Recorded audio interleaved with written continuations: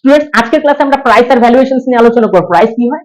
whatever you can pay for the service or pay for that after getting the service, এটা হচ্ছে price, and whatever you will be getting after the price, after this service, so it is called the valuations। মানে price যেটা তুমি pay করছো কোনো একটা দ্রব্যকে কিনতে গিয়ে বা সার্ভিসটাকে নেওয়ার জন্য, আর ভ্যালুয়েশনস সেটা থেকে তুমি যে ইউটিলিটিটা পাচ্ছ সেটাকেই বলা হয় ভ্যালুয়েশনস। চলো এটাকে একটা এক্সাম্পলস এর মাধ্যমে জেনে নেওয়া যায়।